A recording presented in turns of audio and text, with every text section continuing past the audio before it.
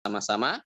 Bismillahirrahmanirrahim. Bismillahirrahmanirrahim. Berikutnya Bapak Ibu, seperti biasa sebelum masuki kajian ada sambutan dan prakata yang malam hari ini akan disampaikan oleh Ibu Dr. Eko ini. Kami persilahkan. Pak Purmawon, saya besok saja ya. Yes, ya. Besok saja. Ya, benar ini. Tak nemani Dokter Catur besok. Ya. Pada Pak Purwadi kami persilahkan. Ya, terima kasih Mas Afdal. Bismillahirrahmanirrahim. Assalamualaikum warahmatullahi wabarakatuh. Waalaikumsalam warahmatullahi wabarakatuh. Alhamdulillahirabbil alamin. Alhamdulillahilladzi nahmadu wa nasta'inu wa nastaghfiruh wa na'udzu billahi min syururi anfusina wa min sayyiati a'malina. May yahdihillahu fala mudhillalah wa may yudlilhu fala hadiyalah. Asyhadu an la ilaha illallah wahdahu la syarikalah wa asyhadu anna Muhammadan abduhu wa rasuluhu la nabiyya ba'dah. Allahumma sholli wa sallim wa barik ala nabiyyina Muhammadin wa ala alihi wa sahbihi ajmain amma ba'du. Yang saya hormati Ustadz Andi Suseno STHI MHUM yang telah berkenan meluangkan waktu untuk hadir di tengah-tengah kita dalam rangka untuk mencerahkan kita pada agenda-agenda kita yang rutin ini, pesantren Covid Muhammadiyah dalam bentuk Muhammadiyah with you. Juga selamat datang Ibu Dr. Eko Rini dari PKU Muhammadiyah Gamping dan seluruh jajarannya. Kemudian mungkin juga dari PKU Muhammadiyah Yogyakarta, PKU Muhammadiyah Bantul, barangkali sudah ada yang hadir juga kami mengucapkan selamat datang. Juga seluruh peserta yang sudah juga meluangkan waktu pada kesempatan ini, semuanya saja dari manapun, dari seluruh pelosok negeri Indonesia ini maupun yang dari luar Indonesia, begitu kata Mas Abdul, yang juga sudah meluangkan waktu. Sekali lagi kami ucapkan selamat datang. Alhamdulillah sampai pada malam ini kita sudah sampai ke sesi 181 ya Mas Abdul ya. Alhamdulillah pengajian ini, kegiatan ini dapat terus berjalan, tentu juga karena dukungan dari banyak pihak, dari bapak-bapak pimpinan wilayah Muhammadiyah daerah istimewa Yogyakarta, dari ibu dan bapak semua, direktur dan staf PKU Muhammadiyah Gamping, PKU Muhammadiyah Yogyakarta, dan dari UNISA, kemudian sekarang juga bergabung PKU Muhammadiyah Bantul, lalu mulai juga sudah berdiri, berlangsung shelter UAD, UMY, maka insya Allah mudah-mudahan kita peran Muhammadiyah di dalam ikut serta menanggulangi atau ikut serta di dalam menyelesaikan masalah pandemi ini benar-benar dapat bermanfaat bagi masyarakat luas dan tentu dapat mendapat ridho dari Allah SWT. Amin ya rabbal alamin. Insya Allah pada malam ini Ustadz Andi Suseno akan menyampaikan materi yang sangat mendasar, yaitu bagaimana menciptakan masyarakat yang Islami, ngaten ya Ustadz ya. Saya kira demikian Mas Afdol yang dapat saya sampaikan. Yang sedang isolasi, sakit, mudah-mudahan segera sembuh. Yang sehat, mudah-mudahan tetap sehat, sehingga dapat melaksanakan aktivitas sehari-hari sebagaimana biasa. Waktu saya kembalikan pada Mas Afdol sebagai pengatur acara. Nasrun minallah wa fathun qarib. Assalamualaikum warahmatullahi wabarakatuh. Waalaikumsalam warahmatullahi wabarakatuh. Kami ucapkan terima kasih kepada Pak Purwadi yang telah memberikan sambutan dan perkataannya, tentunya telah mendampingi kita juga setiap malam. Alhamdulillah kita juga selalu istiqomah tentunya. Alhamdulillah semoga kita semua bisa segera terlepas dari pandemi. Baik, Bapak Ibu yang dirahmati Allah, Tema kita malam hari ini seperti yang sudah disebutkan oleh Pak Purwati tadi, yakni mewujudkan masyarakat Islami. Sepertinya tema ini juga sangat kaitan erat dengan Muhammadiyah, yakni mewujudkan masyarakat Islam yang sebenar-benarnya. Apakah ada hubungannya, apakah ada kaitannya? Mari kita simak bersama materi kita malam hari ini yang akan disampaikan oleh Ustadz Andi Suseno, STHI MHUM. Kami persilahkan. Baik, terima kasih Mas Afdal yang sudah memberikan kesempatan pada saya untuk menyampaikan ya sharing materi pada malam hari ini. Bismillahirrahmanirrahim. Assalamualaikum warahmatullahi wabarakatuh. Waalaikumsalam warahmatullahi wabarakatuh.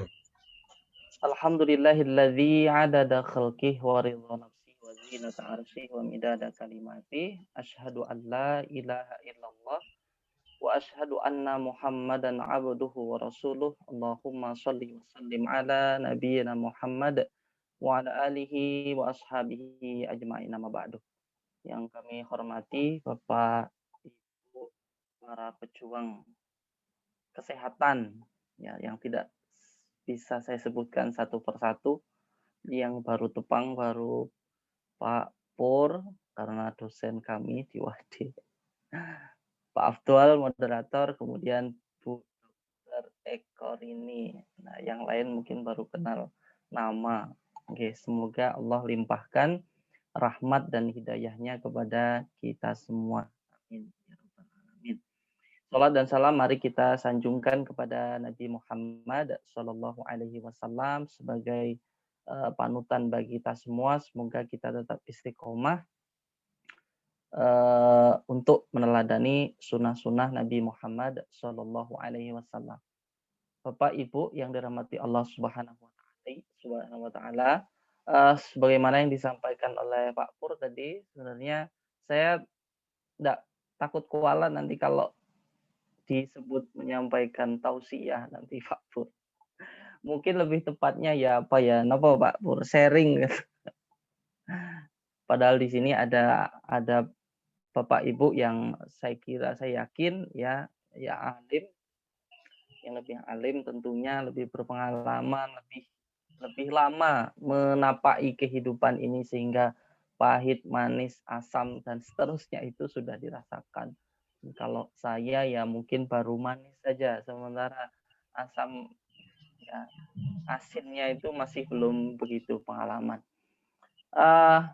Namun demikian Bapak Ibu yang dirahmati Allah, tentu semuanya kita niatkan untuk mengharap ridho dari Allah Subhanahu wa Ta'ala. Karena ini bagian dari cara kita untuk menaikkan derajat kita di hadapan Allah Subhanahu wa Ta'ala. Sebagaimana firman Allah, yarfa'illahu alladhina amanu minkum walladzina utul ilma darajat, bahwa cara kita untuk mulia di hadapan Allah, kalau mulia di hadapan manusia itu ya biasanya hubungannya dengan materi, hubungannya dengan materi, kaya, mungkin jabatan tinggi, mungkin fisik yang baik dan seterusnya. Itu kalau mulia ya, dihormati di hadapan manusia. Tapi kalau mulia di hadapan Allah Bapak Ibu, itu rupanya kalau kita kita ambil prinsip dasar dari Al-Qur'an ada dua. Yang pertama adalah dengan iman, kemudian yang kedua adalah dengan ilmu. Ya, makanya kan Allah berfirman, inna akramakum indallahi atqakum. Sesungguhnya orang yang paling mulia di hadapan Allah yang paling bertakwa di antara kalian. Baik Bapak Ibu yang dirahmati Allah Subhanahu wa Ta'ala, malam hari ini saya ingin sharing ya materi dasar tadi ya. Bukan mendasar Pak Pur, materi dasar sebenarnya. Nah, ini barangkali sudah sangat familiar dan mohon maaf ini ya kalau tidak ada yang baru ya, semoga meskipun tidak ada yang baru berkahnya kita dapat ya majelis ilmu, kan sebagaimana sabda Rasulullah, ma istama'a qaumun fi baitin min buyutillah yatluna kitaballah wa yatadarasanahu. Ya, tidak ada sekumpulan orang yang berkumpul kemudian mempelajari Al-Quran, mendalami agama kecuali hafathumul malaikah wa anzala alaihimus sakinah, akan diliputi oleh malaikat, didoakan kita. Maka ini malam hari ini insya Allah doa kita itu dikabulkan. Minggu kemarin saya sudah sampaikan karena malaikat sedang berkumpul meskipun secara virtual. Insya Allah malaikat hadir di tengah kita untuk mengantarkan ketenangan pada hati kita. Nah, Bapak Ibu, saya ingin share screen nggih. Monggo Ustaz, sudah bisa Ustaz. Nggih. Baik.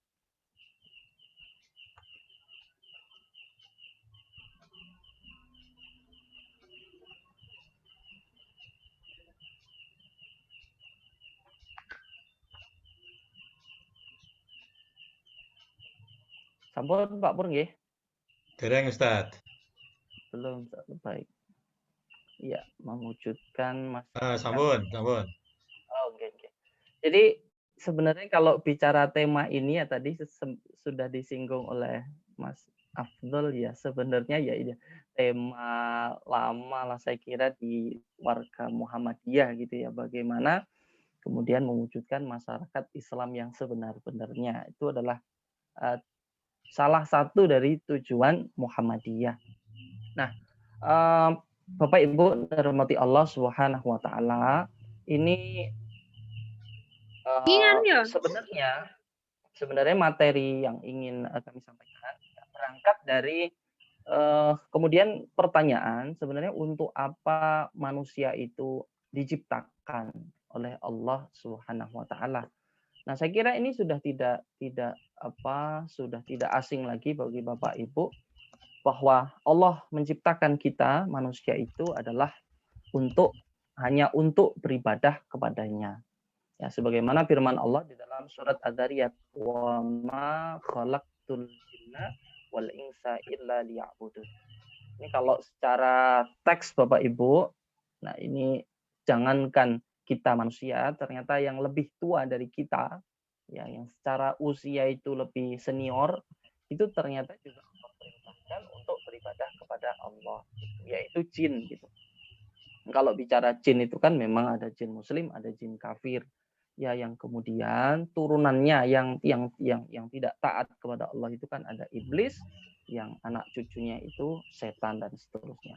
Nah, itu Bapak Ibu itu juga diciptakan oleh Allah untuk beribadah kepadanya gitu. Hanya saja memang ada yang taat, ada juga yang kemudian tidak taat. Sebagaimana juga manusia demikian, ada yang taat, ada juga yang tidak taat.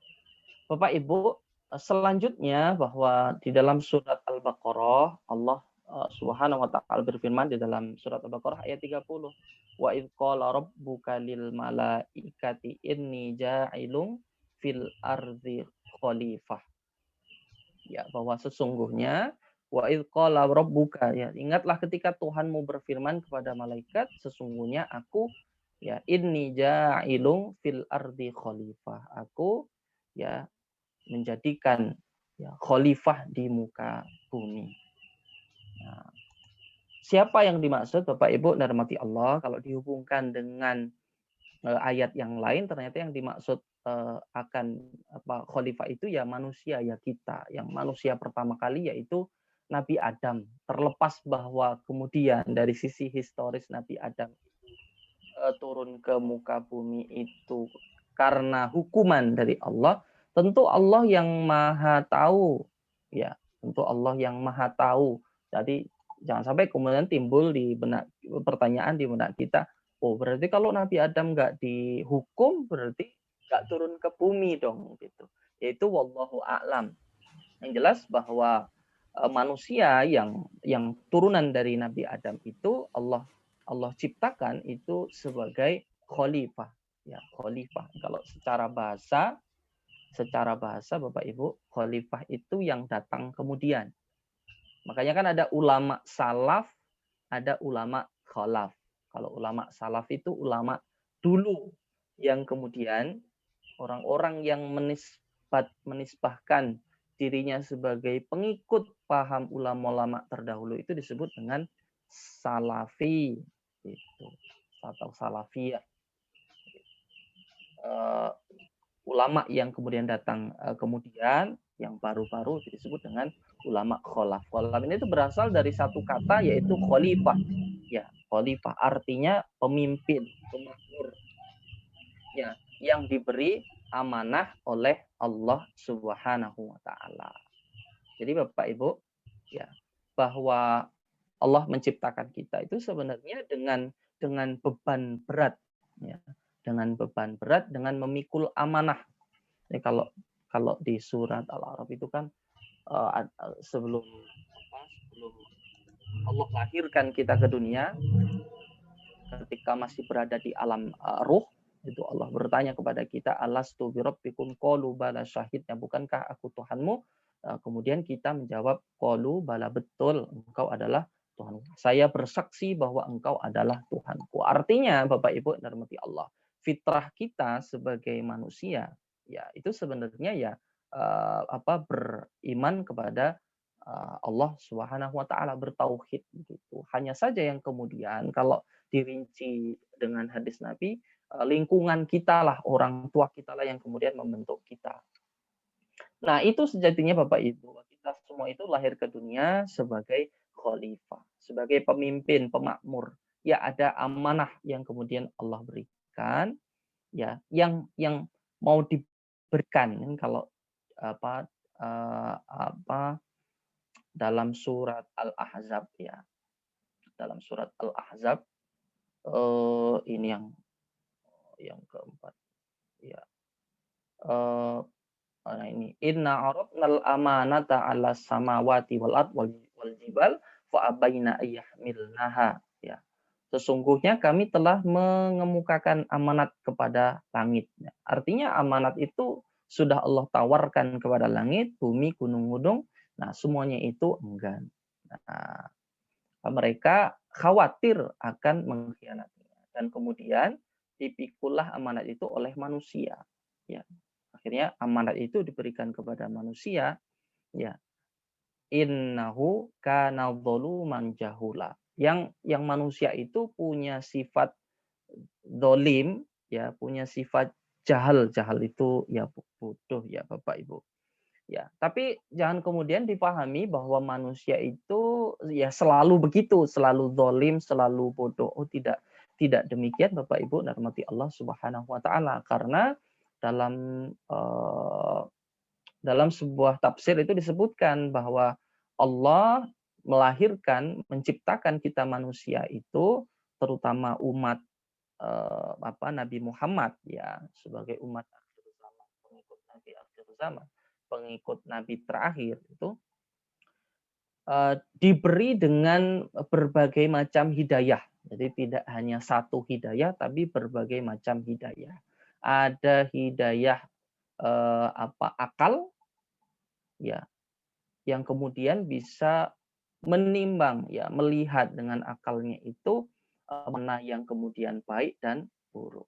Tidak cukup dengan itu Bapak Ibu, Allah juga membekali hidayah berupa Alkitab, ya, berupa kitab suci yang disampaikan oleh nabi utusan. Jadi tidak hanya diberikan kitab suci, dikasih kitab terus silahkan baca sendiri, itu ternyata tidak seperti itu Bapak Ibu. Bahkan kitab itu disampaikan melalui seorang rasul, seorang nabi yang kemudian merinci, menjelaskan apa kemudian tugas manusia, bagaimana seharusnya dia menapaki kehidupan, menjalankan perintah Allah Subhanahu wa taala. Nah, gitu. Nah, tidak cukup dengan itu Bapak Ibu. Ya bahkan nah itu patut kita bersyukur kepada Allah, bahkan sebagai umat Islam, Al-Qur'an itu ya dijaga oleh Allah. Agar apa? Sebenarnya penjagaan Al-Qur'an itu tetap orisinil ya bagi kita umat Islam ya, sebagaimana firman Allah, inna nahnu nazzalna dzikra wa inna lahu lahafidun, itu sebenarnya bukan satu hanya dijaga gitu saja. Maksudnya untuk apa kemudian? Apa kepentingan Allah itu menjaga Al-Qur'an sehingga masih tetap seperti itu dari sejak zaman Nabi? Sebenarnya tidak tetap seperti itu ya, berubah ya. Kalau Al-Qur'an itu pada masa Nabi itu belum terkodifikasi dalam satu kitab. Ya, kalau hari ini kan sudah dengan berbagai macam bentuknya, bahkan sudah dengan berbagai macam variasi. Variasi dalam hal ini adalah bagaimana kemudian ada mungkin dari sisi kajian perempuan, dari kan ada mushaf Khadijah, ada mushaf Aisyah, kemudian ada mushaf usul fikih, ada hadis, ada tafsir dan seterusnya. Nah, itu versinya sudah macam-macam mushaf kita itu Bapak Ibu. Tambahannya maksudnya bukan ayatnya yang kemudian berubah. Ya meskipun dari sisi penulisan tentu berubah. Kalau dulu pada zaman Nabi belum ada harokat. Nah, kalau hari ini Quran itu belum ada harokat itu ya barangkali ya kita nggak bisa baca. Mau ada harokat aja belum tentu bisa baca. Baca saja kadang salah-salah. Nah itu jadi penjagaan Allah, janji Allah tetap menjaga Al-Quran itu Bapak itu bukan satu hal yang begitu saja gitu. Ada tujuannya yaitu agar kita tetap bisa menggunakan hidayah Al-Quran itu ya agar tidak keluar dari jalur yang Allah Subhanahu wa taala inginkan. Nah, itu. Nah, Bapak Ibu dirahmati Allah Subhanahu wa taala, berangkat dari bahwa manusia itu sebagai hamba Allah yang diwajibkan untuk senantiasa beribadah kepadanya. Ya, berangkat dari bahwa manusia itu sebagai khalifah, pemakmur bumi, pengelola bumi yang diberi amanah ya untuk ya mengelola kehidupan ini sesuai dengan kehendak Allah Subhanahu wa taala. Maka ada satu pertanyaan, apa kemudian kewajiban umat Islam? Ya, ya kewajiban umat Islam adalah mendakwahkan Islam. Ini kalau kita ingat ya ya salah satu ayat ya, favorit lah warga Muhammadiyah berdasarkan ajaran dari pendiri Muhammadiyah Kiai Dahlan. Surat Al-Imran ayat 104. Ya, wal takum minkum ummatun yad'una ilal khair dan seterusnya. Dan hendaklah ada di antara kamu segolongan umat yang menyeru pada kebajikan. Nah, kebajikan, kemudian kema'rufan, ya itu adalah bagian dari syariat Islam tentunya yang ada ya yang digariskan oleh Allah yang termaktub di dalam Al-Qur'an. Kewajiban umat Islam adalah ud'u ila sabili rabbika bil hikmah wal mau'izatil hasanah. Ya, bahwa kewajiban kita sebagai umat Islam adalah mendakwahkan Islam itu sendiri. Itu. Maka ya karena begitu pemahaman Kiai Dahlan yang begitu mendalam ya, keilmuan beliau yang begitu mendalam, itulah kemudian ya terverbalkan ya, terucap kemudian dalam ajaran-ajaran beliau bagaimana kemudian mewujudkan ya Islam yang sebenar-benarnya. Ya, dengan realitas kehidupan yang saat itu barangkali mungkin banyak takhayul, banyak khurafat, banyak ya hal-hal yang menyimpang yang keluar dari ajaran.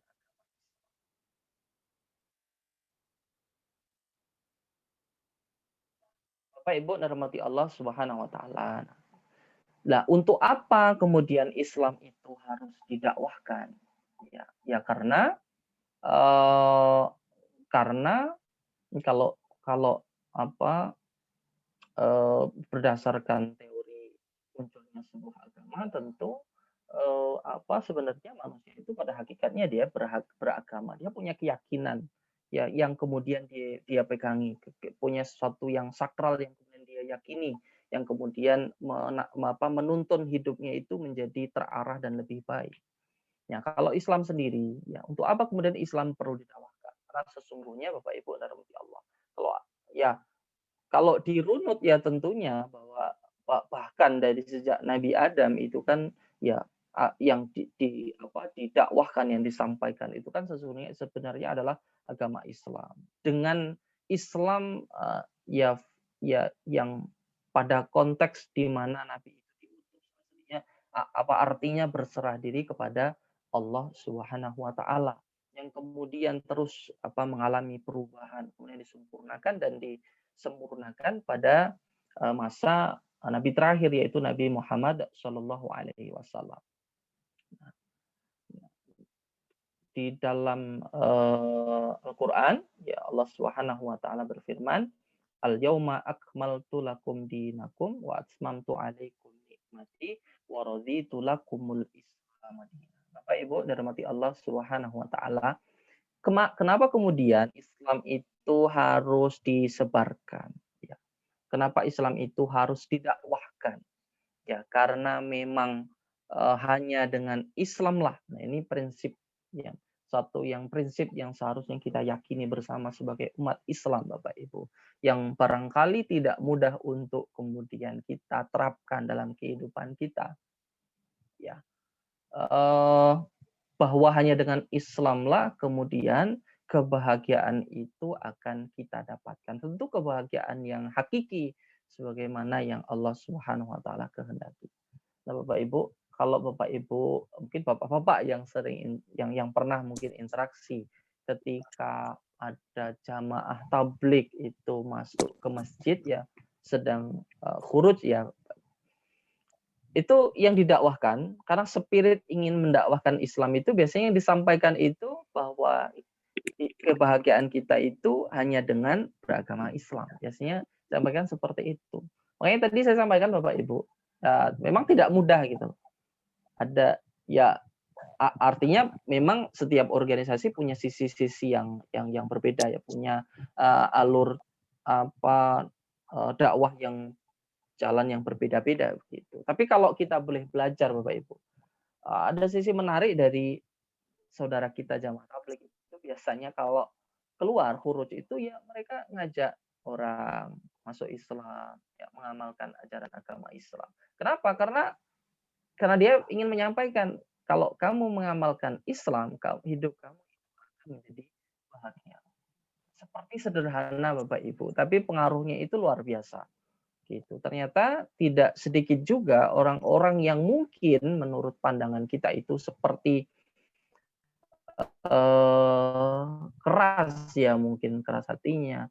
Ya preman kan kita sudah banyak menyaksikan ya bagaimana kemudian musisi, kemudian mungkin ya preman atau bahkan mungkin ada mafia itu dari barat itu bahkan ya bisa masuk Islam dengan ajakan jamaah tabligh itu ya, saudara-saudara kita dari jamaah tabligh.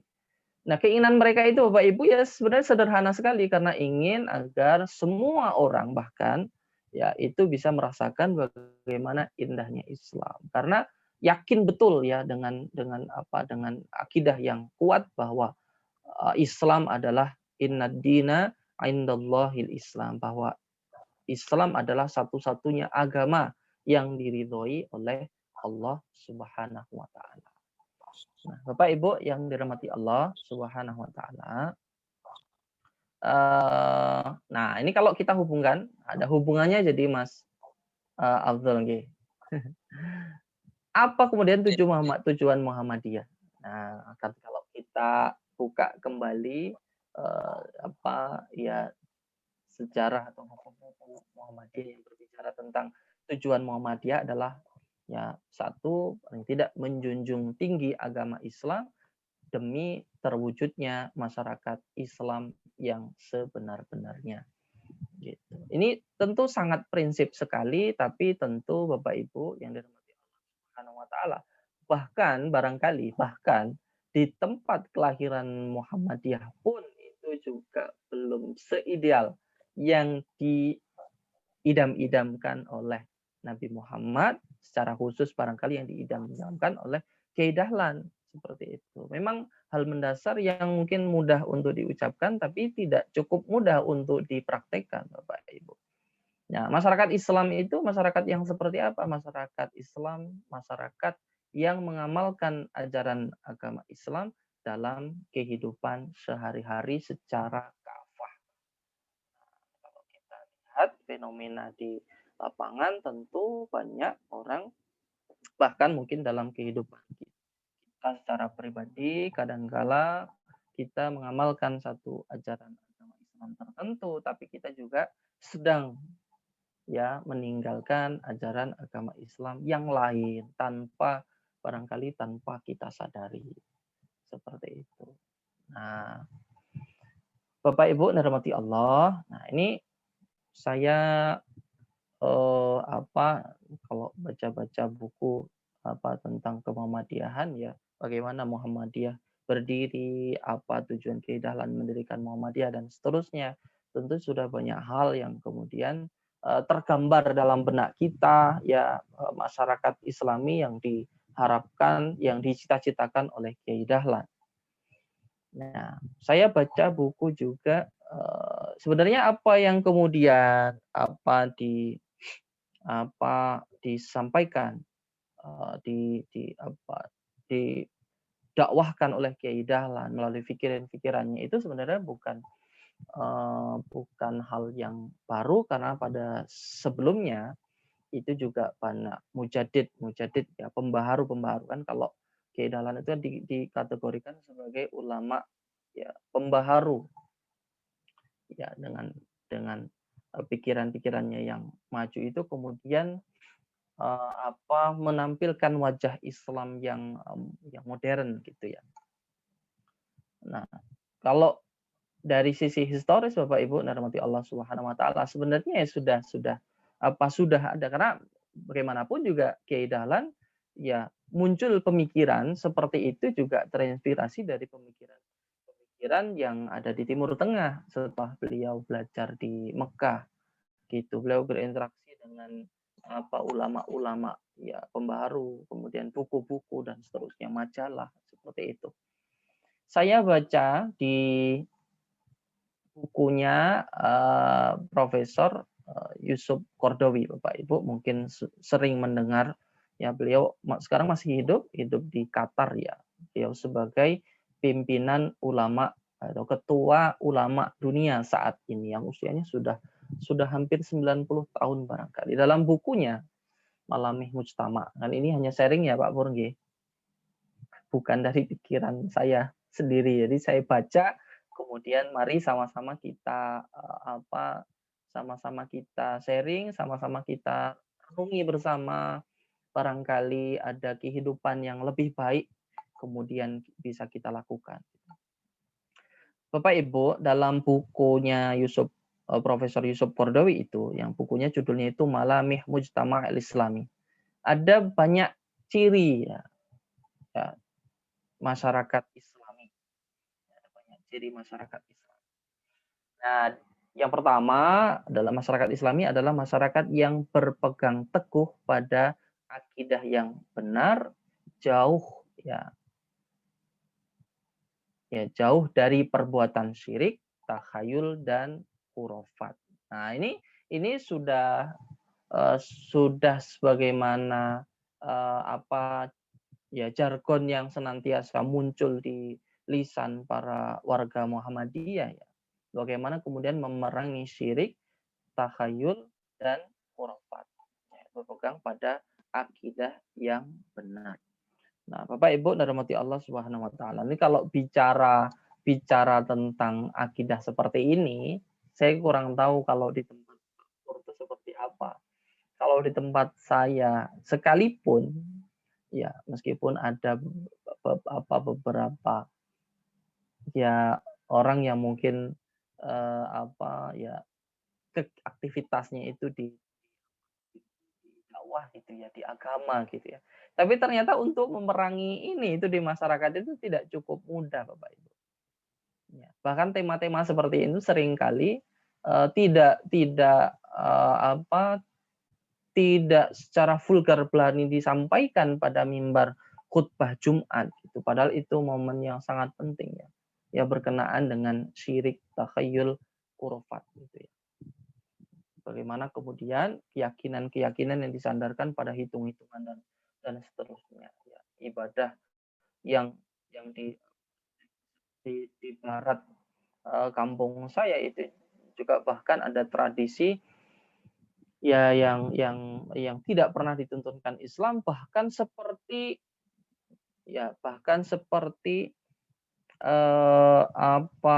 memuja roh gitu. Tapi tentu ya di kauman sendiri gitu ya.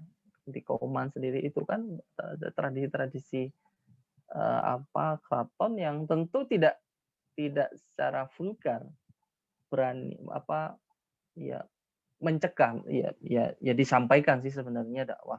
Mungkin ya dengan hikmah itu tadi ya, dengan tulisan dan seterusnya. Tapi kan saya kira belum adalah praktek orang Muhammadiyah yang kemudian ketika praktek kesirikan itu ya mungkin di larung gitu terus dibubarkan gitu. Saya kira orang warga Muhammadiyah tidak seperti itu. Nah, tapi itu mestinya Bapak Ibu dan rahmati Allah Subhanahu wa taala itu mestinya menjadi pemikiran kita bersama karena bagaimanapun bahwa bagaimana keagamaan warga di sekitar kita itu juga sangat berpengaruh pada kehidupan kita, minimal pada keluarga kita, bagaimana istri kita, anak kita gitu.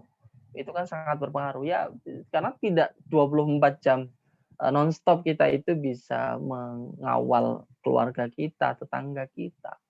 Jangan-jangan interaksi barangkali anak kita dengan kesyirikan ya, aktivitas yang syirik itu ternyata lebih banyak daripada pendekatan keagamaan kita kepada mereka, pengajaran agama kita kepada mereka. Nah, ini tentunya menjadi pemikiran kita bersama. Bagaimana seharusnya kalau memang kita menginginkan masyarakat terwujud masyarakat Islami ya bagaimana kemudian tegaknya akidah itu di atas Al-Qur'an dan juga sunnah Nabi Muhammad Shallallahu Alaihi Wasallam. Kemudian yang kedua melaksanakan ibadah berdasarkan Al-Qur'an dan sunnah Nabi Muhammad Shallallahu Alaihi Wasallam. Nah, ini lebih-lebih ketika berhadapan dengan orang yang sudah sepuh barangkali, yang aktivitas ibadahnya itu sudah bertahun-tahun, itu kan jawabannya kan kalau diberi nasihat itu kan jawabannya misalnya kaitannya dengan mungkin yang insya Allah akan kita lewati beberapa hari ke depan yaitu sholat tarawih. Karena ada saudara kita yang melaksanakan sholat tarawih itu secara cepat. Ya, mungkin baca Al-Fatihah itu dengan satu tarikan nafas. Ya, saya pernah mengalami itu, Bapak Ibu. Yang imam yang paling disukai itu imam yang paling cepat membacanya. Gitu. Bahkan sudah tidak jelas lagi artikulasinya. Nah, Bapak Ibu tentu itu jauh dari apa yang dituntunkan oleh Nabi Muhammad. Bahwa sholat yang terbaik itu tentu sholat yang tumaknina. Bahkan perintah membaca Al-Quran di dalam sholat itu kan sebagaimana yang kita kaji pada minggu yang lalu itu kan warattilil Qur'ana tartila. Ya, bagaimana kemudian kita bisa meresapi Al-Quran? Ya, padahal Al-Quran itu akan sangat berkesan ketika Al-Quran itu dibawa ke dalam sholat. Saya yakin Bapak Ibu kalau pas baca Quran ketika sholat itu pasti lebih meresapi, lebih-lebih kalau tahu artinya, lebih-lebih kalau pas lagi galau gitu ya. Kalau pas lagi galau itu lebih meresap lagi, gitu. Lebih apalagi mungkin banyak masalah, gitu. Lebih meresapi itu. Nah, Al-Quran yang seharusnya itu benar-benar dinikmati, diresapi itu justru malah jadi nggak meresap sama sekali karena bacanya Bismillahirrahmanirrahim, Alhamdulillahirrahmanirrahim, Maliki yaumiddin, nah gitu cepat-cepatan. Wah, itu yang paling cepat itu paling banyak jamaah. Nah, itu hal-hal yang seperti itu Bapak Ibu yang dirahmati Allah. Itu mestinya juga tidak boleh ada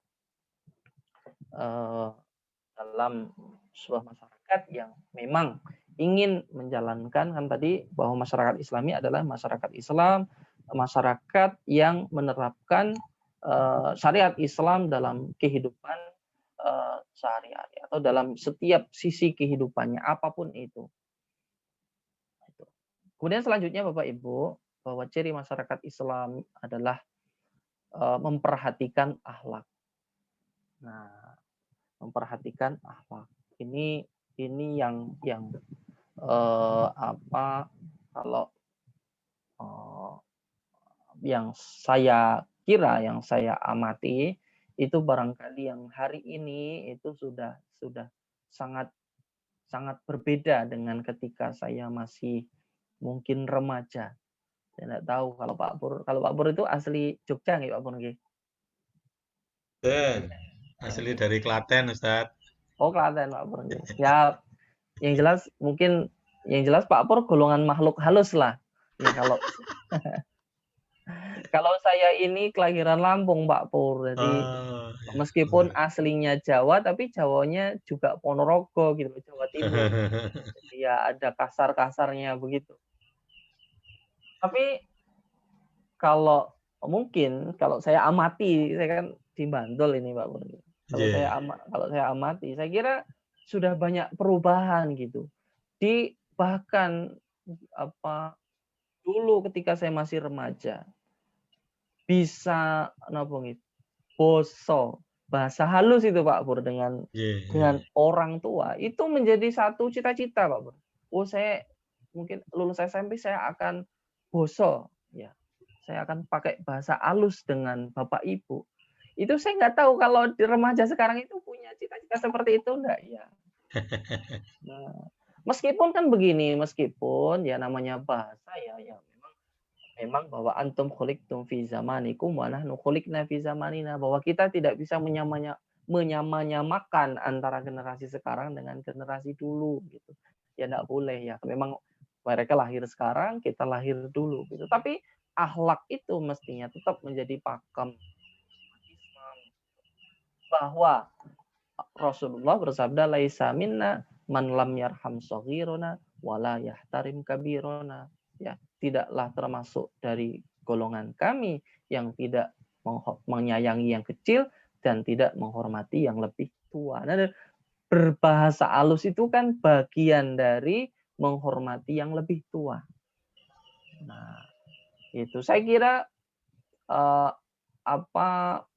Bapak Ibu mungkin ketika putra-putrinya itu memakai bahasa Jawa halus ya Nek, kalau orang Jawa gitu. Pasti akan lebih berkesan daripada mungkin pakai bahasa Jawa tapi Jawanya ngoko gitu Pak. Akan sangat lebih berkesan. Dan hari ini Bapak Ibu ternyata itu kalau saya amati, tapi semoga saja di putra-putri Bapak Ibu tidak demikian, di lingkungan di Bapak Ibu tidak demikian, tetapi di lingkungan saya di Pandian itu ternyata sudah jauh seperti itu. Keinginan untuk bisa bahasa halus dengan orang yang lebih tua itu sudah sangat kecil. Ya, meskipun bahwa akhlak itu tidak selalu mutlak ditunjukkan dengan bahasa. Ada hal yang lebih penting. Ya boso tapi kok ngelawan ya kan nggak pas juga. Ya boso tapi ngomongin di belakang ya nggak baik juga. Ya maksudnya satu paket gitu loh ya, dia menghormati di depan, dia juga menghormati di belakang. Nah, ini masyarakat Islam adalah masyarakat yang memperhatikan akhlak. Dimulai dari keluarga. Bagaimana kemudian mendidik putra-putrinya bisa menyayangi yang lebih kecil, menghormati yang lebih tua. Mungkin kalau di lingkungan konteks warga Jogja, mungkin Klaten dan seterusnya itu ya barangkali ditunjukkan dengan bahasa halus ya, dengan tidak sambil nguri-nguri budaya. Jadi coba bayangkan kita 10-5 tahun hari ini saja itu yang mungkin seumuran saya yang bisa bahasa halus dengan itu juga tidak banyak. Apalagi di bawah saya gitu loh. Keinginan untuk boso halus dengan ya meskipun saya juga ya masih kurang sekali, tapi paling tidak saya upayakan kalau dengan yang lebih tua gitu. Ngagem basa Jawi ingkang halus, nah, pakai bahasa Jawa yang menurut saya halus ya meskipun ya masih kasar juga. Tapi paling tidak berusaha. Nah, itu punya kepekaan terhadap akhlak lah minimal dari tutur kata. Kan mangkana yu'minu billahi wal yaumil akhir falyakul khairan aw liyasmut. Nah, itu juga pesan Nabi gitu. Berkata yang baik. Nah, baik itu kan ukurannya nanti ukuran kita. Ukuran kita itu kan nanti budaya, kearifan lokal. Nah, itu adat istiadat. Itu juga jadi Islam tidak kemudian membuang adat Jawa yang baik, ya kebiasaan-kebiasaan yang baik. Tentu tetap harus diadopsi itu kalau itu memang bersesuaian dengan prinsip-prinsip ajaran agama Islam. Kemudian selanjutnya, bahwa masyarakat Islam itu punya spirit untuk saling mengingatkan. Nah, ini juga tidak mudah. tidak mudah. Sering saya pengalaman saya karena saya tinggal di depan musola dan hari-hari juga ya antara azan, iqomat atau ngimami gitu. Tapi karena kebetulan saya juga bukan warga asli sini, saya ngontrak begitu. Ya kebetulan imam ketika membaca surat itu salah. Itu ternyata saya juga tidak mudah, tidak berani juga untuk ngomong, Pak, itu salah, itu kan enggak enak juga. Nanti takut tersinggung, apalagi tidak begitu tua gitu kan, nanti dikira gurui, apalagi kecimpungnya di KUA gitu. Tapi saya kemudian bertanya pada diri saya muslim, Allah berpesan tawasau bil haqqi, saya harus mengamalkan Al-Quran. Saya berarti harus mengingatkan. Maka keinginan untuk mengingatkan itu tetap harus ada. Gimana caranya? Nah, itu saya kemudian berpikir. Ketika itu, Bapak Ibu, itu baca surat Al-A'la. Yang paling prinsip itu ketika itu, ya sekarang sudah berubah. Ketika itu adalah pada ayat inna hadza lafis suhufil ula.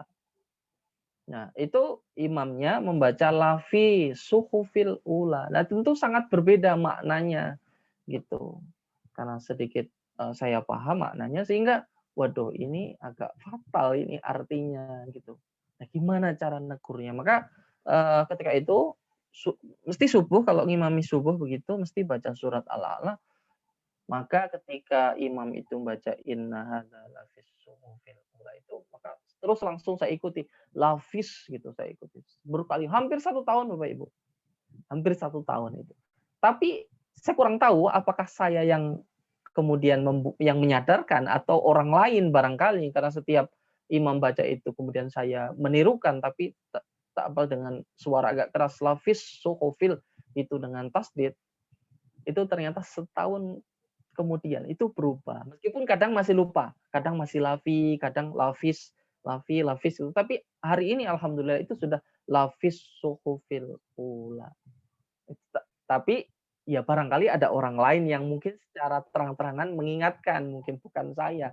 Tapi paling tidak Bapak Ibu bahwa siapapun orangnya entah itu mungkin barangkali orang yang lebih dilihat lebih paham secara agama ya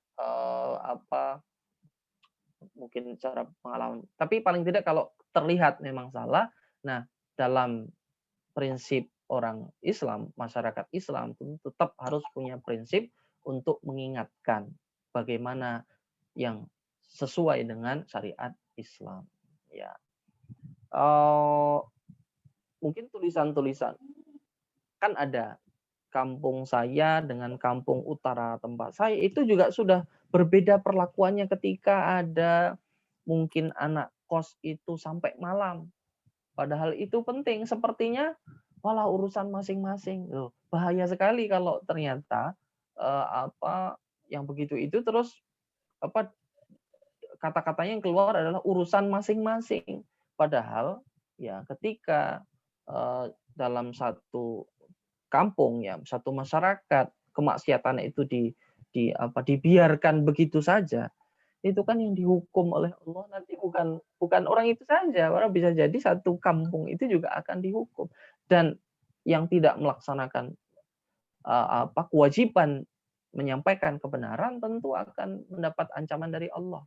Ada perintah yang kemudian yang menempel pada diri kita ud'u ila sabili rabbik. Kita Allah perintahkan kita untuk menyeru pada kebaikan. Nah, hal-hal sederhana barangkali ada Pak RT yang kemudian mengingatkan jam mungkin kunjung sampai jam sekian. Kos-kosan kalau ada yang berkunjung tidak boleh masuk misal. Itu hal sederhana tapi sangat syar'i gitu. Karena kalau dibiarkan begitu saja sampai larut malam. Ya ada kos-kosan lah dekat tempat saya. Sering sekali ketika kos-kosan cewek begitu sering kali cowok masuk. Ya saya sebagai kontraktor, sebagai orang yang ngontrak itu kan kalau mau syukur itu rasa-rasanya nanti kalau yang punya rumah berkenan, kalau tidak berkenan seperti apa. Nah, itu ya harusnya menjadi kepekaan bersama. Ya, makanya tadi masyarakat Islam itu seharusnya masyarakat yang punya spirit untuk terus saling mengingatkan. Tentu dengan cara yang bil hikmah wal mau'izatil hasanah, dengan cara yang baik. Ya, harus cari-cari cara yang mungkin dari orang lain gitu. Kalau saya mengingatkan ya karena kebetulan yang punya kos anaknya, maka saya mengingatkannya itu bukan ke anaknya langsung, ingatkan ke orang tuanya, ke simbahnya karena kebetulan mendengarkan gitu, diajak dialog diskusi itu kok sampai malam. Nah, akhirnya besok kemudian bisa itu masalah cara, tentu Allah dan Rasulullah mencontohkan dengan cara yang terbaik. Kemudian selanjutnya spirit saling menguatkan atau takaful. Nah, ini ciri masyarakat Islami adalah ya, saling menguatkan. Nah, ini yang sudah dicontohkan oleh Kiai Dahlan, Bapak Ibu. Ya, tentu Bapak Ibu dokter yang di PKU tentu sudah sangat paham lah bagaimana kemudian PKU itu didirikan. Tentu spiritnya adalah spirit saling menguatkan, spirit takaful, spirit ta'awun, spirit saling memberi pertolongan kepada orang lain, membantu orang-orang lemah yang tidak mampu berobat dan seterusnya.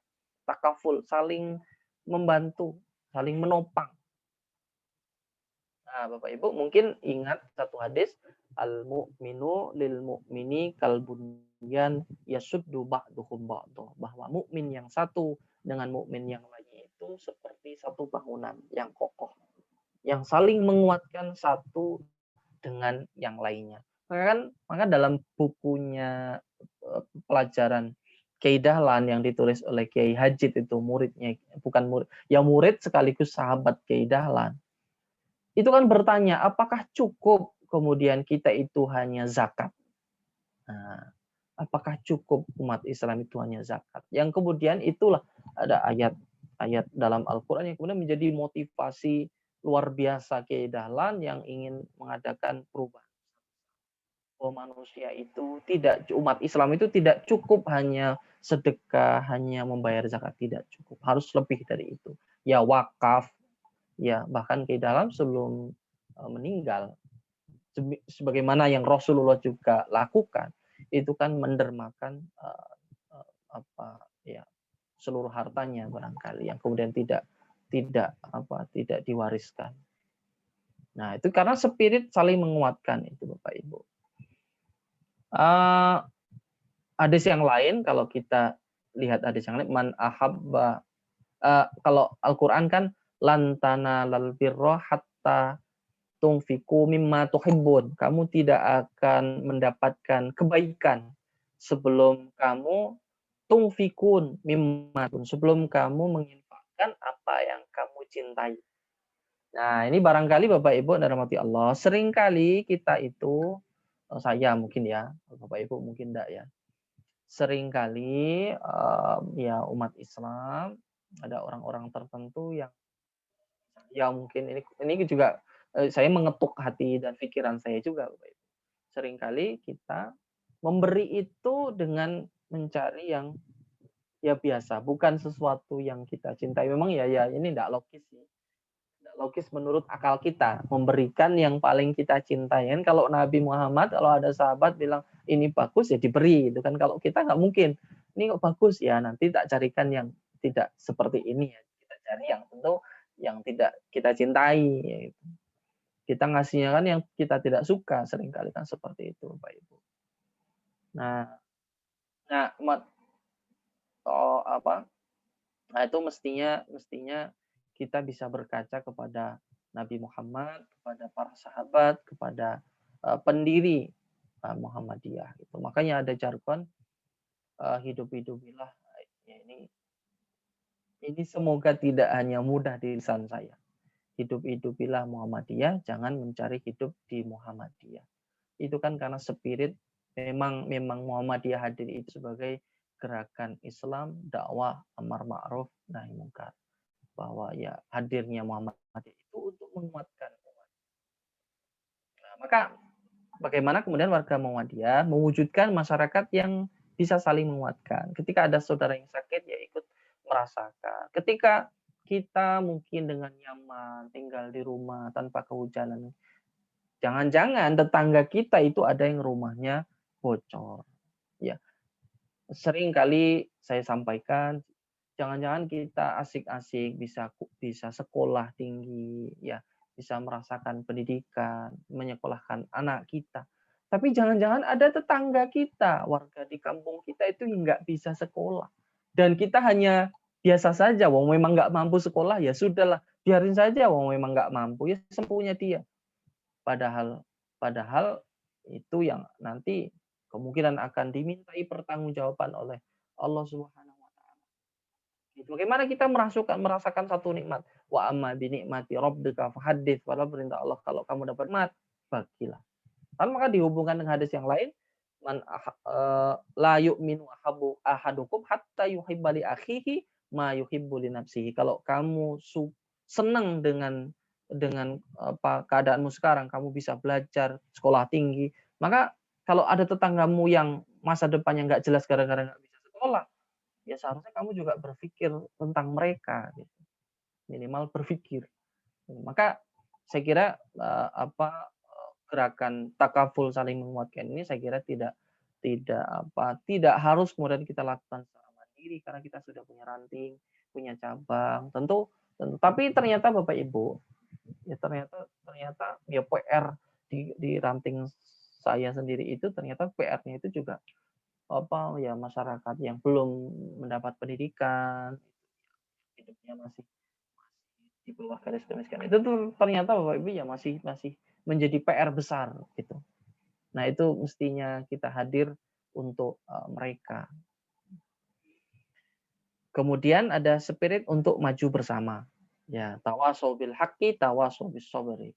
Ya, bahwa memang kita umat Islam itu sebenarnya dalam gelanggang fastabiqul khairat, dalam gelanggang lomba. Kan kita berlomba Bapak Ibu menjadi siapa yang terbaik di hadapan Allah. Tapi di satu sisi, ya, Allah juga memerintahkan kita ku anfusakum wa ahlikum naro. Allah di satu sisi juga memerintahkan kita untuk saling menjaga, maju bersama, taat bersama, Islam bersama, masuk surga bersama-sama.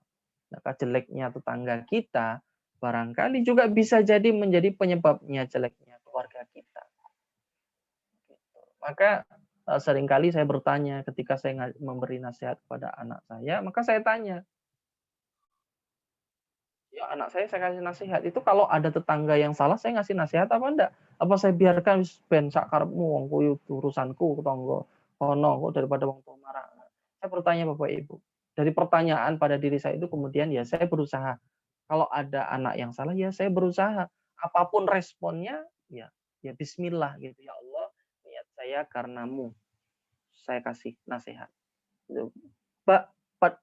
Bisa jadi, ya karena mungkin remaja, anak-anak kan bisa jadi tidak suka dengan seperti itu. Nih siapa kok kasih nasihat itu? Ingatkan apa salah. Kadang kan anak-anak kan ngomong kata yang tidak baik. Ngomong apa yang agak kasar gitu. Saya ingatkan. Ya menjawab pertanyaan bahwa apa itu kewajiban saya sebagai umat Islam gitu, bukan karena apa-apa gitu. Ya masalah respon ya sudah, serahkan aja wajar. Kemudian yang terakhir adalah masyarakat yang saling merasakan. Nah, tadi sebenarnya kaitannya dengan takaful tadi. Saling merasakan, ada tetangga, ada saudara kita yang sakit, tentu kita merasakan sakit. Nah, kalau sudah tidak ada perasaan seperti itu, nah itu ada tetangga itu, misalnya tetangga kita, dia keluarganya dari dulu mungkin biasa-biasa saja, terus satu kampung itu banyak juga yang kuliah, yang bisa menyekolahkan anak tinggi-tinggi. Tapi keluarga itu tetap seperti itu. Orang tuanya yang nggak sekolah, anaknya yang nggak sekolah, dan kita biasa saja nggak berpikir. Nah, itu yang menyedihkan seperti itu.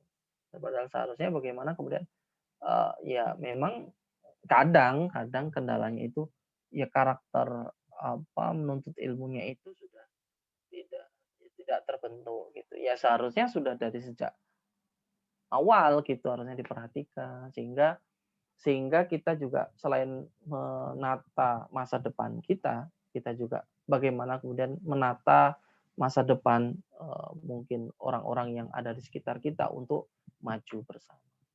Bapak Ibu dirahmati Allah Subhanahu wa taala, barangkali itu sedikit sharing yang bisa saya sampaikan.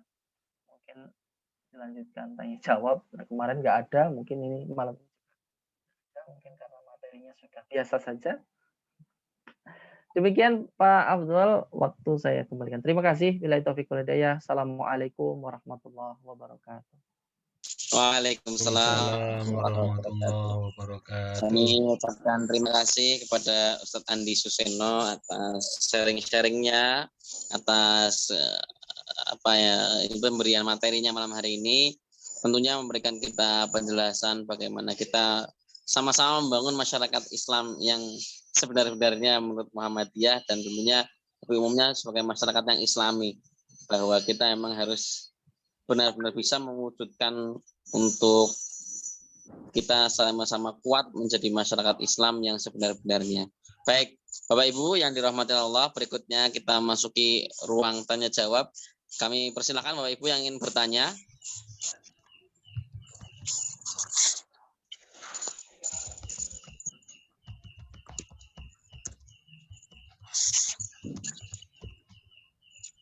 Kami persilakan Bapak Ibu jika ada pertanyaan. Kami persilakan, ada pertanyaan kepada Ustadz Andi Suseno, ingin mengonfirmasi atau saling bertukar pikiran, kami persilakan.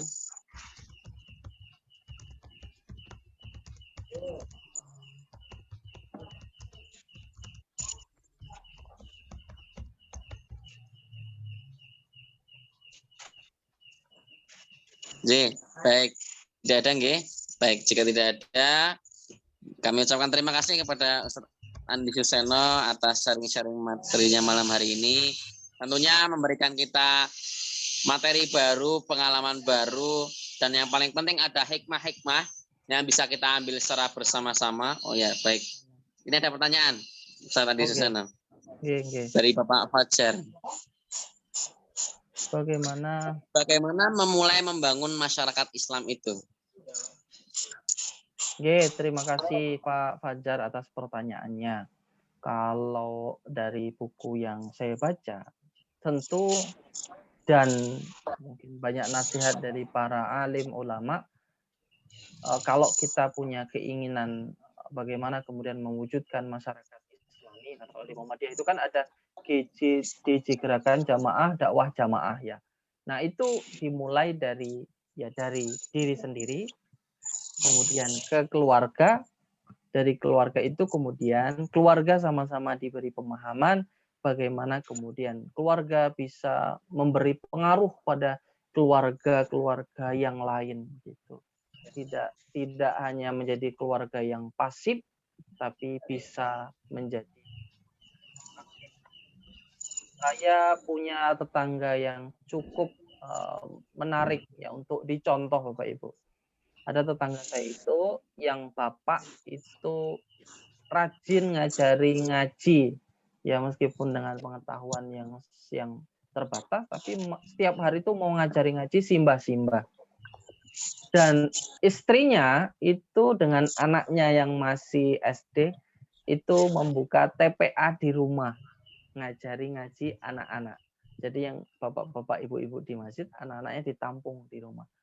Itu kolaborasi keluarga yang sangat baik, dan keluarga itu saya acungi jempol karena patut dijadikan contoh, bahkan beberapa anaknya itu hafid Quran itu ya. Memang sesuai janji Allah, intang surullah yang surkum wa yusabbit aqdamakum, siapa yang menolong agama Allah maka Allah akan menetapkan ya, mengistiqomahkan jalannya dia untuk tetap berada di jalan Allah Subhanahu wa taala, dan hidupnya insya Allah akan bahagia kan. Mayyattaqillah yaj'al lahu makhraja, siapa yang bertakwa kepada Allah pasti ya hidup itu saya kira ya ada masalah terus, tapi saya kira orang yang takwa itu masalah itu ya biasa aja ya, hadapi saja gitu. Jadi tidak begitu berarti masalah itu. Ya gitu. Ngoten nggih Pak Fajar nggih. Semoga Baik, berikutnya ini Pak Andi. Nggih. Nggih. Bagaimana nggih Pak untuk saling mengingatkan, tapi ketika diingatkan malah balik menyalahkan.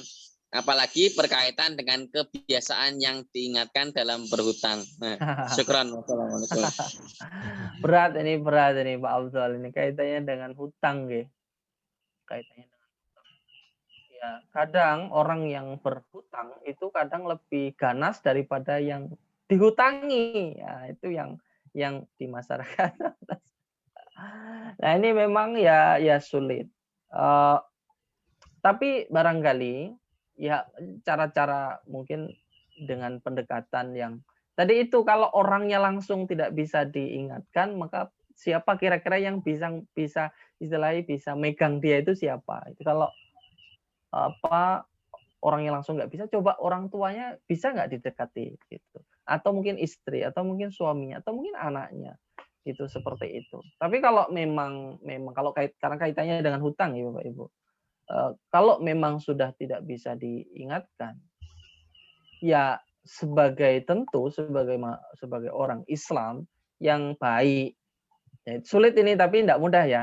Sebagai orang Islam yang baik, ya sebaiknya mengikhlaskan. Ya, karena hutang yang kemudian kita ikhlaskan, saya lupa hadisnya itu, tapi ini sangat hadisnya sahih bahwa dia akan mendapatkan pahala surga gitu. Punya hutang, apalagi kalau dari ketika mau menghutangi itu sudah niat nggak dibayar nggak apa-apa gitu. Niatnya sedekah. Itu bahkan kan begini, kalau dalam hadisnya itu saya baru ingat itu. Bahkan hadisnya itu kalau ada orang yang berhutang kemudian kita ikhlas ya menghutangi itu, bahkan tidak berniat untuk menagih, bahkan mau merelakan, maka pahalanya itu akan berlipat-lipat gitu. Ya ini karena kaitannya dengan hutang. Tapi kalau mau memang benar-benar mungkin hutangnya banyak gitu. Ya perlu untuk mengingatkan, ya ingatkan saja bahwa Rasulullah itu dulu pernah tidak mau menyolatkan salah seorang sahabat gara-gara belum membayar hutang. Ya kan ada sahabat yang tanya, "Ya Rasulullah, apakah engkau mau menyolatkan?" Rasulullah tanya, "Punya hutang enggak dia?" "Punya ya Rasulullah." "Belum dibayar?" "Belum." "Kalian saja yang menyolatkan, saya enggak." Tapi ada sahabat yang tiba-tiba ngomong, "Ya Rasulullah, hutangnya saya tanggung." "Oke, saya sholatkan." Nah, itu tadi takaful tadi Bapak. Takaful itu tadi. Harusnya biasanya kalau pelatihan sholat jenazah, pelatihan perawatan jenazah itu saya sampaikan bahwa ada keluarga yang mungkin punya hutang ketika meninggal, seseorang punya hutang gitu. Kalau keluarganya tidak mampu, maka kalau bisa orang Islam takmir ya jamaah masjid itu kalau bisa gimana caranya biar hutang itu terbayar. Sebagaimana yang pernah dilakukan oleh sahabat. Gitu. Seperti itu. Semoga memuaskan. Baik. Monggo Bapak Ibu, jika ada pertanyaan kembali kami persilahkan. Saya boleh nyambung, Mas. Oh, siap Pak Pur. Monggo Pak Pur. Ustadz Andi, itu tadi loh dari penjelasan yang terakhir tadi, saya pernah ditanya itu oleh teman, tapi saya tidak bisa jawab waktu itu.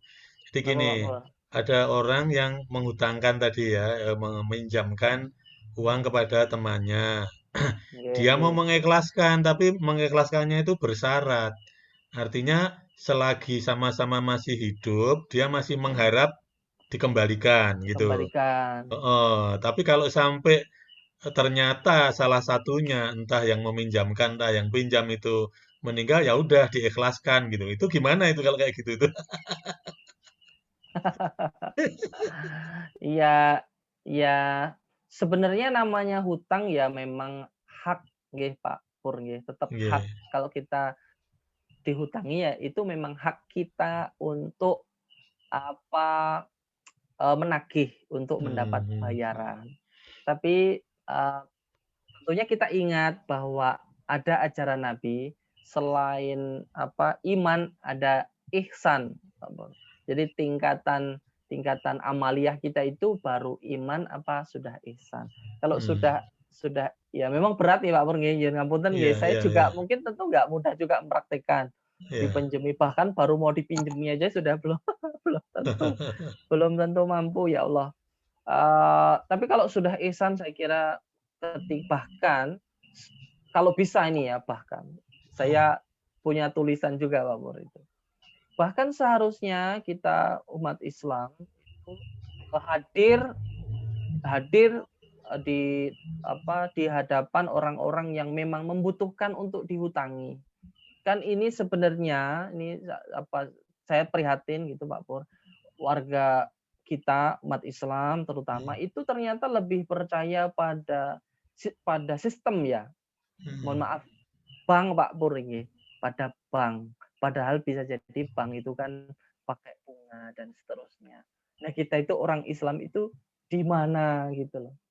Ya, lebih percaya ya perbankan daripada manusia. Berarti kita itu udah tidak dipercaya baik Pak Pur. Karena nggak ada yang berani minjem kita ya.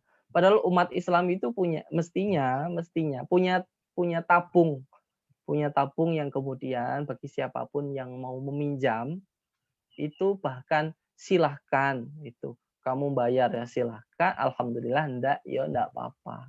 Harusnya kita itu hadir sebenarnya praktek ini banyak dipraktekkan juga Bang. Saya kira di Muhammadiyah juga ada. Biasanya dipraktekkan di LSM. Nah, LSM kecil-kecil gitu mempraktekkan Bang. Dia punya dana kas gitu, bagi yang mau pinjam, kalau nggak bayar nggak apa-apa. Nah, dia percaya pada manusia, ternyata manusia masih baik. Tapi kalau sudah semuanya ke perbankan, ke bank, itu berarti kita itu tidak dipercaya. Orang itu sudah takut itu, mesti nggak dipinjemi. Padahal benar-benar butuh. Padahal benar-benar butuh. Tapi jadi kan parah Pak Purenggi, kita sudah dianggap tidak lebih baik dari sistem, dari yaitu bank dan seterusnya itu. Padahal meminjami itu kan bagian dari ihsan kita, ibadah juga. Ya, ngoten Pak Pur saya kira. Jadi Ya, boleh, seperti itu boleh Ustaz.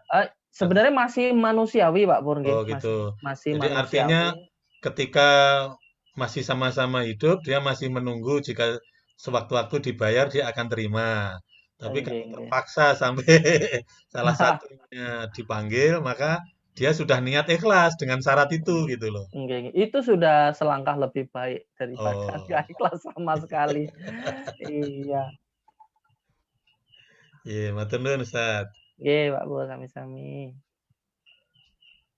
Ini ada pertanyaan lagi melalui kolom chat ini, Ustaz. Baik. Bagaimana kiat membina, mendidik diri agar memberi atau sedekah itu barang yang terbaik dan tidak menunggu kelebihan atau sisa. Nah, ini penting juga ini sebetulnya. Bukan penting, ini berat ini Pak Abdul. Iya. Kalau saya boleh mengutip Bapak Ibu, ceramahnya, saya suka mendengarkan ceramah dari ustaz manapun, apalagi kalau kaitannya dengan mengolah fikir, mengolah hati, gitu ya. Ada satu nasihat yang bagi saya sangat berkesan dari Gus Baha. Bapak Ibu mungkin sudah sering mendengar beliau. Sebentar, saya kok jadi lupa. Mendidik diri agar, jadi Bapak Ibu, dulu barangkali ketika kita punya ilustrasi dari Gus Baha itu, kalau mahasiswa itu kalau punya uang 100.000, kalau traktir temennya, dia cuma punya uang 100.000. Traktir temennya sampai uang itu habis, pasti biasa saja. Rela. Saya juga kalau punya uang 100.000, 50.000 diminta sama orang yang sangat butuh, mesti saya berikan. Cuma 100.000. Tapi akan sangat berbeda ketika saya punya uang 10 juta, ada yang minta 5 juta. Beda lagi kalau saya punya uang 100 juta, diminta 50 juta. Ya Allah, tambah berat lagi. Nah, itulah memang dunia itu memang kalau kita taruh di hati itu ya berat. Ya, saya juga ya itu memang tidak mudah. Saya renungkan gitu. Terus gimana caranya saya bisa mempraktekkan gitu. itu ya masih berat juga prakteknya. Tapi memang perlu dilatih, perlu dilatih. Mungkin kadang-kadang juga perlu memaksa diri Bapak Ibu, dari yang sedikit coba apa ya kalau bahasa saya itu jajal awak mindah mati ya. Coba kalau kita punya uang ya kalau saya uangnya terbatas Bapak Ibu, kayak ya kontraktor gitu mungkin ya kalau separuh gitu masih ya. Tapi kan kalau Bapak Ibu yang sudah agak 50 ke atas saya kira mungkin sudah banyak penghasilannya, banyak simpanannya itu kalau ngasih separuh ya susah. Kalau saya separuh ya masih sedikit gitu. Ya memang ya harus dilatih, harus dipaksa, dipaksa. Itu kan ada sahabat juga itu yang gara-gara ketinggalan sholat jamaah, hanya ketinggalan sholat jamaah. Utsman ya, sahabat Khalifah Utsman itu kan kemudian rela mewakaf bukan memberikan kebunnya itu untuk sedekah. Itu ya memang harus dipaksa. Ya nyoba dari mungkin hal yang kecil, mungkin yang bertanya tadi mungkin punya sepeda ya coba dikasih ke saya gitu. Ya harus apa ya dilatih ya.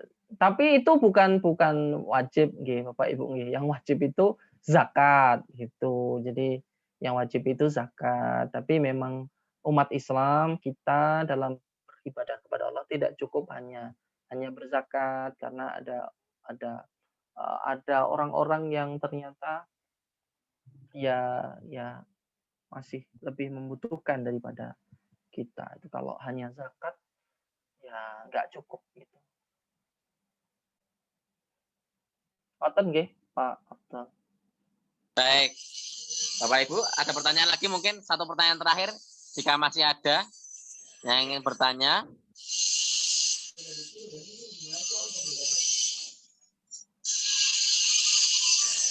Baik. Oke. Waalaikumsalam warahmatullahi wabarakatuh. Sinten iki? Ada yang ingin bertanya? Ya, saya dari Kalimantan. Ya, silakan, Pak. Kalimantan. Ya. Ini kalau ada teman utang sama kita dengan nominal tertentu, kemudian dalam jangka durasi yang sekian tahun, itu kan nilainya kan menurun ya. Kita estimasikan misalnya 1.000, utangnya 1.000 rupiah. Kemudian pada jangka waktu 5 tahun, 5 tahun lebih, mungkin 1.000 itu nilainya berkurang mungkin sekitar 20% ya. Nah, kemudian ketika dia mau membayar utang, nah itu hitungannya gimana, Pak? Kan nggak mungkin kalau itu 1.000 kan, tapi kalau ini kan takutnya jadi bunga.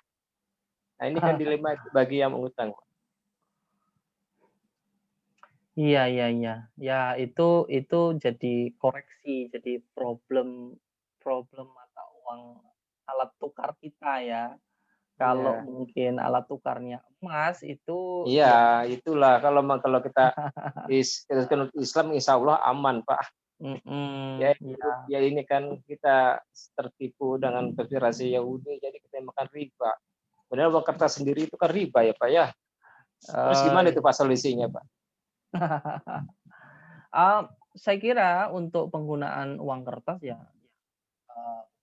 dalam hal ini prinsip kita ya masih ati Allah wa ati Rasul wa ulil amri minkum. Putusan dari pemimpin kita tentunya sudah melalui pertimbangan para ulama dan para ulama pun tentu memperhatikan itu. Ya kewajiban kita adalah menaati itu kecuali setelah ada putusan atau fatwa dari ulama kita. Sejauh ini kan ulama kita masih dan taat kita kepada pemimpin tentu ini bagian dari ibadah juga kita kepada Allah gitu. Nah, itu yang pertama. Nah, kalau solusinya kalau hutang kaitannya dengan hutang memang sebaiknya kalau kita mau memberi hutang niatnya menolong itu mungkin kita tanya dulu hutang itu mau buat beli apa gitu.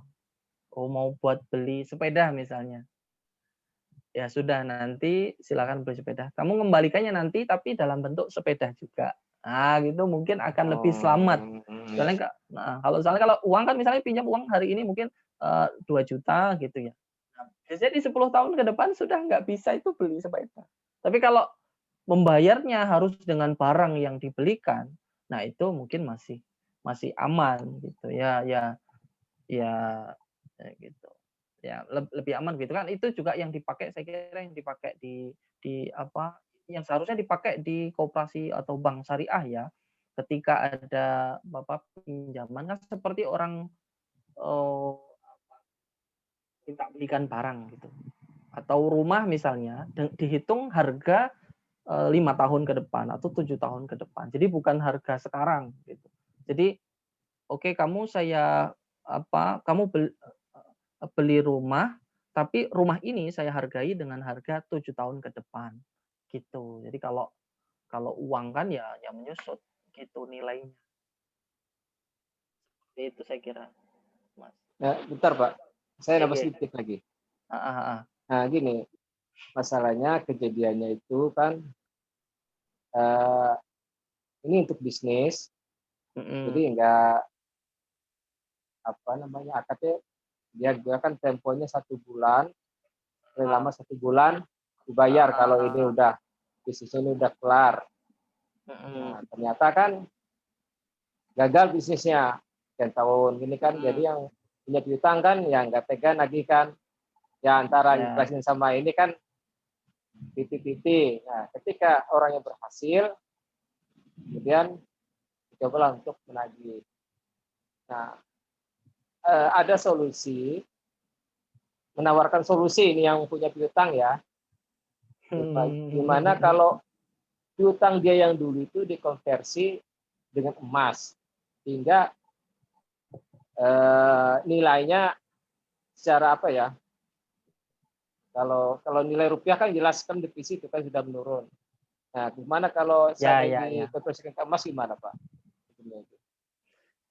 Mungkin itu solusi, solusi bagus juga itu. Jadi ketika ya kalau yang pinjaman itu memang seharga dengan ya bisa dikonversi dengan emas. Artinya bisa disetarakan dengan emas, itu saya kira solusi juga, saya kira, untuk biar nggak ada pembicaraan di belakang gitu ya, biar nggak gitu ya. Karena ya itu perlu dijaga juga. Kecuali kalau memang kita orang kaya, kita orangnya ikhlas yang luar biasa, itu nggak usah begitu. Tapi kalau ya kayak saya mungkin ya harus jaga-jaga gitu, daripada nanti saya nggak ikhlas. Apalagi saya Pak.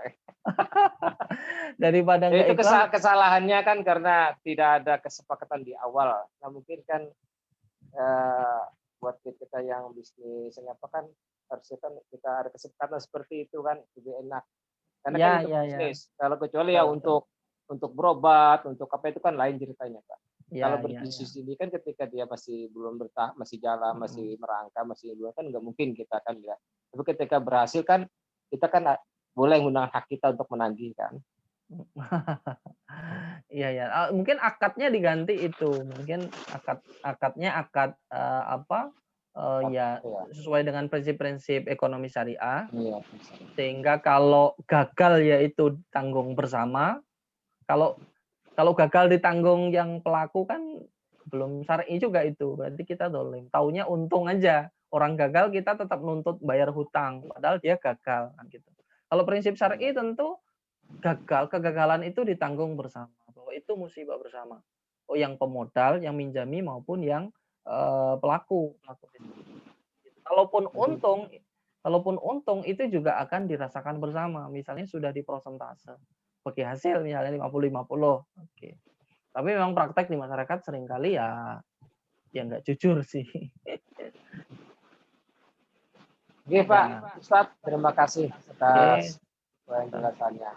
Sami-sami. Baik, kami ucapkan terima kasih kepada Ustadz Andi Suseno atas sharing-sharingnya, atas pemberian materinya malam hari ini, dan juga dari jawaban dari berbagai macam pertanyaan yang cukup memberatkan untuk diri kita juga. Semoga kita bisa istiqomah dalam beragama Islam ini. Amin ya Allah ya rabbal alamin. Nanti semoga tentunya Bapak Ibu sekalian ada pelajaran-pelajaran baru, ada pelajaran yang bisa kita ambil dan kita petik hikmahnya bersama-sama. Amin. Sehingga kita bisa terapkan dalam kehidupan kita sehari-hari. Baik, kami ucapkan terima kasih juga kepada seluruh peserta kajian Muhammadiyah with You malam hari ini telah berkenan hadir dari awal hingga akhir. Kami ucapkan terima kasih yang sebesarnya telah mengikuti kajian Muhammadiyah with You malam hari ini. Marilah kita akhiri kajian kita hari ini dengan mengucap hamdalah secara bersama-sama. Alhamdulillah. Terakhir kalinya kami juga tidak henti-hentinya berdoa kepada Bapak Ibu sekalian